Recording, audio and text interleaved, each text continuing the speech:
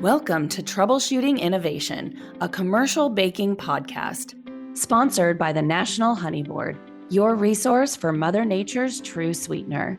I'm your host, Joanie Spencer, Editor-in-Chief for Commercial Baking. In this season, I'm talking with Rebecca Abel, owner of Divine Cookies in Taylor, Michigan. From starting a bakery to moving into the first big facility to strategic growth in operations and product development, Rebecca and I are looking at cookie production through the lens of an entrepreneur.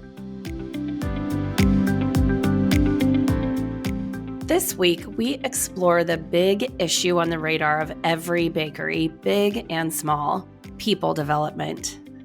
Hi, Rebecca. Thanks for joining me again this week. Hello, Joanie. Thanks for having me. So this topic is a big one that's on everyone's minds, and I'm very interested to get your perspective as an entrepreneur. So first, I want to revisit the fact that you started Divine with no experience running a bakery. What has been your personal journey for professional development, not only for you, but also for building a staff? Well, that's a great question. And it's really been the hardest thing that I've dealt with because people that's the wild card that without the right people, you can't have the right company. So I really started in the books, did as much reading as I could on management and on vision and on leadership because I've always been in a leadership role, but it was on a much smaller scale. So in my other company, I have a team of two. And so when you're just dealing with one other person, it's a much easier situation. But here I was coming in and started with a staff of four and realized quickly that, it's not always simple, A, to have a dynamic of a group work, but B, to really find the right people to do the job that you need them to do. It was a lot of trial and error, to be honest. Every quarter, I evaluate, even still to this day, who is on my team and are they in the right position and are they the right fit for the company? Because if you don't have that as a baseline, you can't develop somebody that's not a right fit. Right, exactly. So, what was it like for you trying to learn a craft and lead a company at the same time? It was really one of the hardest things I've ever done. Now, it's gotten a little less painful because after a few years now, I have some good solid members of my team, but it's something that is forever difficult because even people in their own lives, can be a great fit at one point and then they have something come up or they get distracted or they're just people. And so it's always something that I have to keep my eyes on and really, I wish it was easier, but it's unfortunately not, and that's one of the reasons we've really leaned into automation as much as possible so that we can have great people, but fewer of them. Yeah, exactly. Exactly. And I think that's what everybody's trying to do right now. And I think you might be at a bit of an advantage because those larger companies are trying to scale back. Well, they're trying to increase their automation to deal with the scaling back of staff, whether it's their choice or not, where you're kind of coming at it from the opposite end of the spectrum, that you're going to lean into automation to build your company without a large staff, right?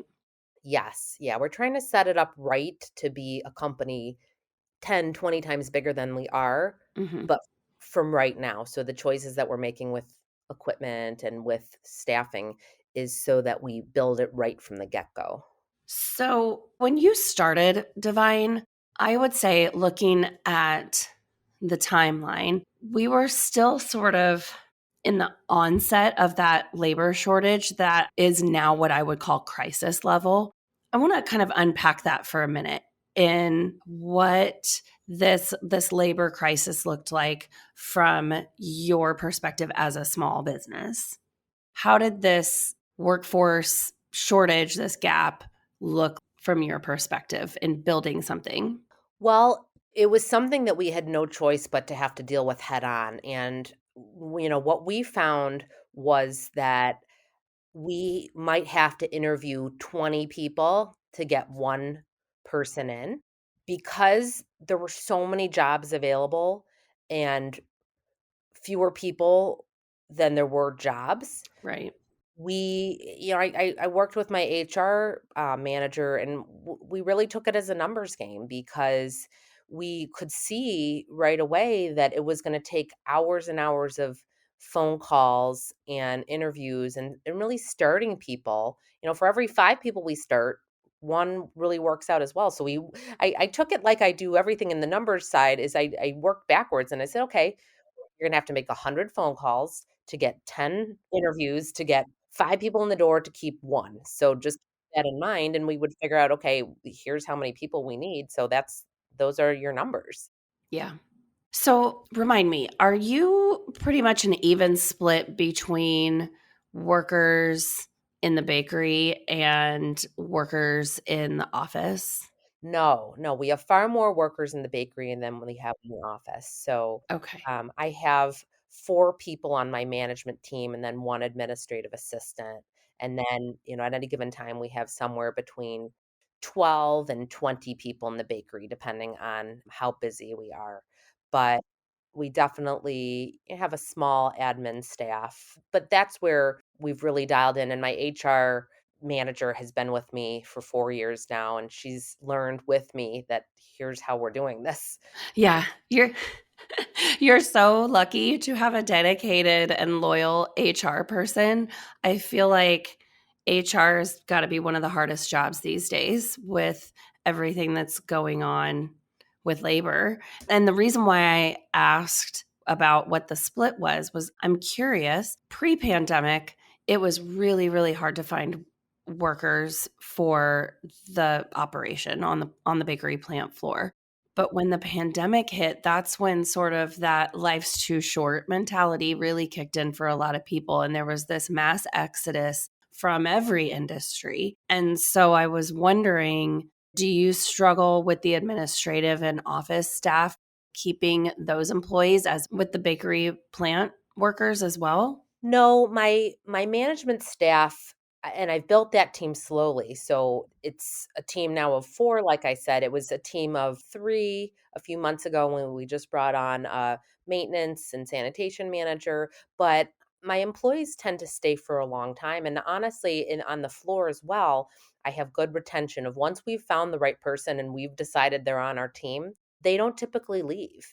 Wow. We moved to our new facility in July of this year, and that was a big, big challenge because it was 45 minutes away from our other facility. So we did have some turnover with that move, but we have some people that have been willing to make that drive, and we offered carpools, and we just did what we needed to do to keep as many people on board as possible. But it's something that I have to show the right value proposition for these employees to want to stay and make it a place that they want to be. And fortunately, I think they're excited about our growth, and they believe in the product that, we've had good retention. Okay, that's really exciting because retention is a big part of this workforce crisis. And I hear it all the time. It's not just recruitment, it's also retention. And so kudos to you for being able to build a loyal staff that you can keep. And especially with the move, because that was on my list of questions. And I want to jump to that right now. The move to Taylor did have an impact on the workforce. So let's talk about what it's been like. You said that you've kind of put carpooling in place and you had some incentives to try to keep as much of the staff as you could. But a 45-minute drive in an era where people are like, what's in it for me? When they look at their job opportunities, that's a long drive. So what's it been like trying to keep those people and also rebuilding the staff? Well, most of them came over initially, and we offered carpools, and I gave some financial incentives to come over. And a few of them, with especially young children, just realized it wasn't going to work to be able to still pick up their kid from school at 3 o'clock and be done with work at 3 o'clock. Right. So there was some turnover there. And fortunately, with some other partnerships, a lot of the employees went and worked for other businesses that we do work with. So it wasn't that I didn't want to help them find other jobs. But for the people that logistically, it just wasn't gonna work long term. It was really nice of them when we kinda knew going in that some of these people were just gonna come over to help us get established and to find new train some new people, and then they transitioned to employers back in the area that we were originally. Yeah.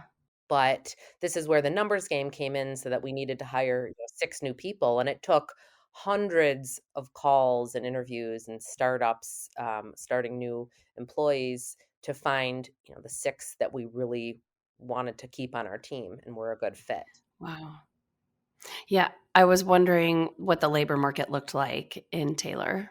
It's actually a really good market. It's the right demographic for the type of position that we're hiring for. It's a very, industrial area. That was part of our decision to move there because we wanted to make sure that there was enough population and enough of the right labor pool to be able to run our company. So that worked out because, yes, there are a lot of potential candidates. It's not been easy, but it's not been as difficult as it could have been in other areas. Sure. Yeah. Yeah. I can see Taylor perfectly in my mind from when I was there last year, and it is a very industrial area. So that is good that you've got a good labor market, and hopefully not too much competition for the labor. I'm sure that that can be kind of scary too. When there is a lot of manufacturing in the area, you've got to compete for those bodies. Well, and what I think is making it a little easier that okay, if people have a choice to manufacture a screw or a cookie, often they're gonna choose a cookie. So Yeah. it's a little bit more exciting. They can take home their work a little bit more readily than they could in certain tool and die types of manufacturing. So we get people at cookies. Good. I think I would probably choose cookies over screws too. Yeah, although we do say this warning, this job may cause weight gain. Right? Yeah. This season of Troubleshooting Innovation is sponsored by the National Honey Board. Honey truly is Mother Nature's sweetener, from the beehive to your bakery food. It comes from every corner of the world and provides a sense of time and place. It's flavorful, functional, and composed of a complex mix of carbohydrates, acids, minerals, antioxidants, vitamins, and prebiotics. And while honeybees are making honey, they're also pollinating more than 35% of the foods we eat. Learn more at www.honey.com.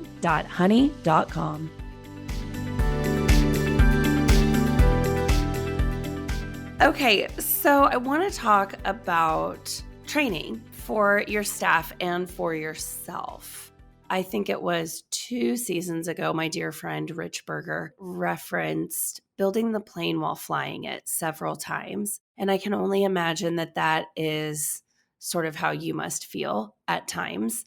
So, what are some of your sort of training and education strategies or opportunities that you're taking advantage of or that you're seeking to train yourself and to train the staff?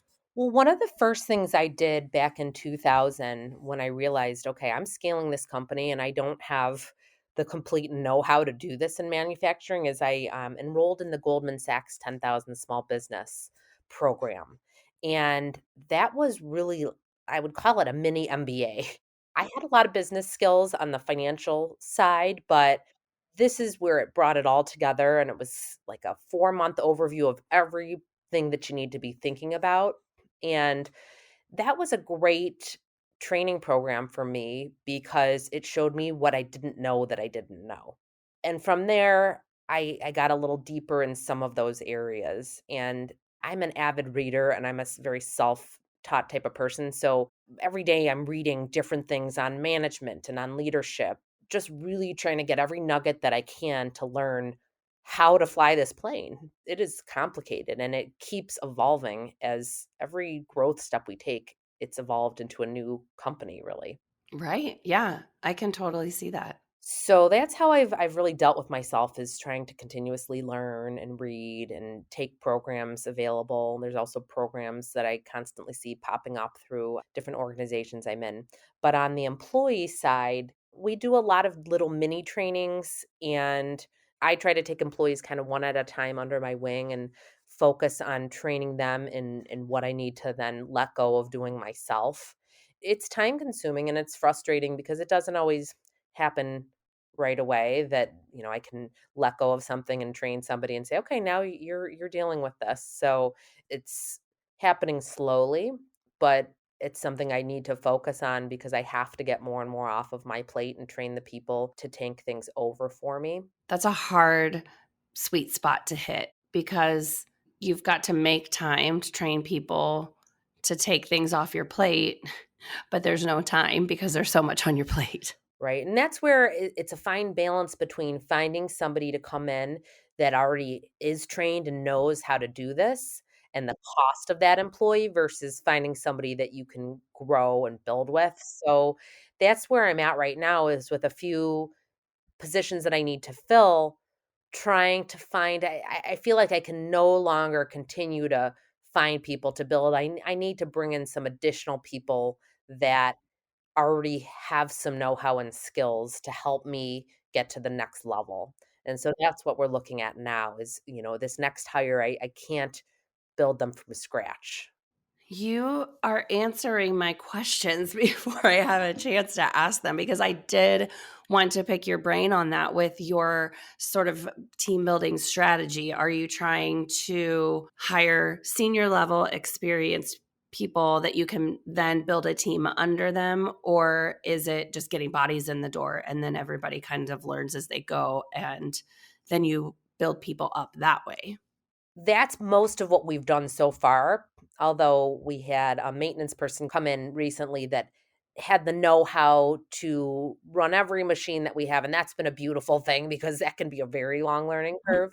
Yeah. But I'm at the point that it's too challenging to take everyone else on your team and train them for the job. So our next hire is somebody that we can't necessarily afford the most senior level person, but I do need some more experience to be able to help me so that I don't have to learn it first and then train it. I need somebody coming in and saying, "Okay, here's how we do this. Here's how I did this in my last company, and let's roll this out here." So, as you lean into automation, are you getting any help from like your equipment suppliers in training on the equipment at all? Yes, we definitely rely on our suppliers and their tech support. There's also different programs locally. So there's the Michigan Manufacturing Tech Center that I went to a course recently with, and different community organizations and different equipment suppliers kind of combining together, and piecing things together. Right, right. So, as you're building the team, what does onboarding look like? What does it look like now versus a couple of years ago? And how do you envision your onboarding changing as the operation grows? So our onboarding is a lot more structured now. We used to bring somebody in and they would shadow and go through a couple food safe classes, but now we finally recorded, an entry video that, the first thing that they watch is a half an hour video about our culture and our values and about where we've come from. And so, we're getting things so that it's a lot more professional when somebody comes through the door Mhm. versus, oh, somebody's here. Okay, what do we do now? But, that's been, the effect of having so many people have to come through the door to find the right fit. Mhm. And it feels good though. It feels good to have this structure now of, the moment somebody comes in, they're in the conference room for 2 hours seeing onboarding videos and getting to know our company and what we stand for and what we do, and then having all the different very specific trainings for safety and for HACCP and the items that they need to know. And then they then go onto the floor and have other training. And so we have a structured program now. Okay. Now, you mentioned culture in the onboarding. That's one of the first things you talk about. Knowing that you're doing a great job of retaining loyal employees, I imagine culture is a big part of that. So, let's talk about that. What is the culture at Divine like? What is it that you're telling your employees this is what we stand for? Well, we start out with the fact that we're still really in our minds a startup and what it means to work for a startup because really most of these employees have not worked for any type of startup environment, and what it means that we're pivoting constantly and we're still changing things, and a lot of this a lot of employees get stressed out by changes, but I help them understand that this is not something even to consider as stress, that when we're changing a recipe or we're changing how we're doing things, that's just part of what we're going to do every day. So that if you view it to be something stressful, you're going to be stressed. But if you view it as this is just part of what we do, then it can take the stress away. So Hmm. I want to help frame things into what they're going to experience on the floor, and what they should see as stressful and what they need to remove from that category altogether.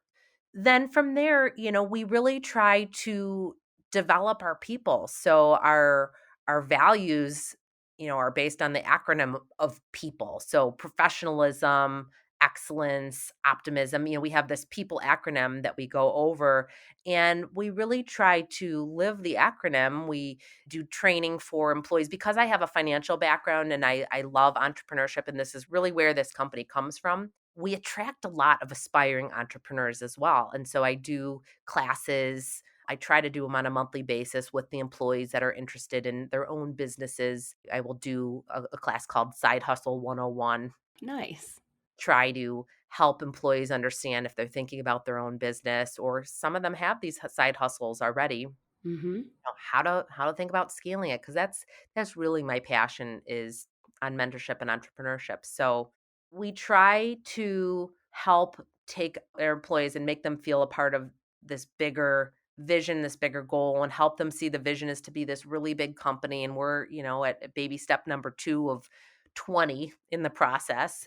I think doing that work up front really helps solidify their relationship with us, and that's hopefully contributing to our retention of employees, that they feel part of something bigger and a bigger goal. Yeah, I mean, I have to say, I see where you're coming from, and I feel like we have here at Avant have been very similar. We're a small business and we were a startup, and that was part of our culture, that we wanted to bring people in who were very entrepreneurial and thought it would be cool to be on the ground level of something that they could help grow. And we've been very successful in building our staff that way. I'm curious, as you bring people in with that entrepreneurial drive, do you get a lot of people who are like, yes, I want to help build this company into this big thing that we know it can be? Or are they, I want to learn how to be an entrepreneur because I have a vision to do this type of business and I'm going to really learn how to be a startup by being here and participating in this? But you're sort of training them to spread their wings and fly to do the entrepreneurial thing that they want to do. I mean, it's definitely a little bit of both, but we do have a lot of employees that are in that second category that are here to learn how to do this. This is like, I went into Michigan Bread to see, okay, this is where I want to be. I have employees that are just very honest from the get go, that start with a side hustle, a couple already in the bakery field, that they're where I was maybe the first year, and they want to see, oh, how am I going to do this? And, hopefully they're not in cookies, but Right. we had somebody making bagels and just different bakery businesses. And we'll even go as far as letting them use our facility on the weekends to Oh, wow. build their own businesses, because I really want to work with that second group of people that want to learn how to build bigger and spread their wings. And that person's really committed to helping us because we're helping them, and they view it as a learning experience. And yeah, they might leave in a few years when they're ready, but Mhm. what I do tell people is, don't quit your day job and for at least a few years, because you can't take an income if you're really looking at scaling. You need this other income source before you can afford to go out on your own and take an income from this side hustle that you want to build into a bigger business. So I know that they're going to need to be there for a few years, and I want them to eventually, though, spread their wings. Nothing makes me happier than somebody going out and being ready to start their own business, and that has happened a few times now. Okay, that's amazing. You just don't hear about that very often, especially these days when employees are so few and far between. You want to try to like get them in and keep them and not let them leave. And so I think that's really something special to have a culture where you're here to learn a craft that can be good in your life in whatever direction you want it to take. I really want what's best for people, and I wanna focus on what do these people want for themselves. I mean, that's how I really have always led and been led is, "What do you want for yourself, and let me help you get there, and show you really what it's gonna take, and if this is a place that you can learn, great." That's awesome. So I guess the only other thing that I want to ask you, Rebecca, is again, the whole thing that attracted me to having you as a guest this season is that you're an industry newcomer and you have such a different perspective. And I feel like everything that you just said is a really fresh way at looking at how to retain talent in this market. But have you learned, and if so, what, from the veteran bakers? Because I know you've gotten to meet some other bakers and you've got your guys down the street at the Good Bread Company, Michigan Bread. What have you learned from them that you can apply to workforce retention? Are you learning any best practices about training, hiring? I mean, I feel like you're you're bringing a lot to the industry as it is, but are you getting anything from what's established? Yes, where I'm really learning from them is on the management side because that's where I've really struggled with that balance of finding somebody with industry talent or bringing in somebody new. Mhm. For me, I've not struggled as much in finding the employees that are going to work on the floor in the operation because I do feel like we have a decent value proposition and maybe even a more attractive one than a much bigger company because we're small and we're a family and we can really offer this place where people can come and feel a part of what we're doing. But where I've really sought advice from some bigger companies is how do I help myself in the jobs that I'm personally doing to be able to get something off my plate because it is really difficult everything I'm trying to do. It's a 24/7 endeavor for me Yeah. that I want to avoid completely burning out, but I need to find people that I can bring in at my level to help me with the job, and so have had a lot of conversations about that type of employee, and that's been really helpful of some avenues to grow that type of and find that type of employee. It's really smart that you're looking at what the bigger companies are doing when you're so successful as a small business and as a startup and you plan to be something much, much bigger, you're looking in the right direction. And that is a good segue to what next week's topic is going to be. And that'll be our last episode for the season. But next week, we're going to talk about that strategic growth in your operation and what your vision is for the future of Divine Cookies, and also some of your key learnings and discoveries from your trip to Vegas when you got to visit a little show called IBIE. So this week, Rebecca, that's all I have for you. Thank you so much for sharing this incredible insight and your philosophies on how you're developing your workforce there at Divine. You're very welcome. I love sharing. I will talk to you next week. Thank you for listening to Troubleshooting Innovation, a commercial baking podcast. And a special thank you to our sponsor, the National Honey Board, your resource for Mother Nature's true sweetener. For more information, visit www.honey.com.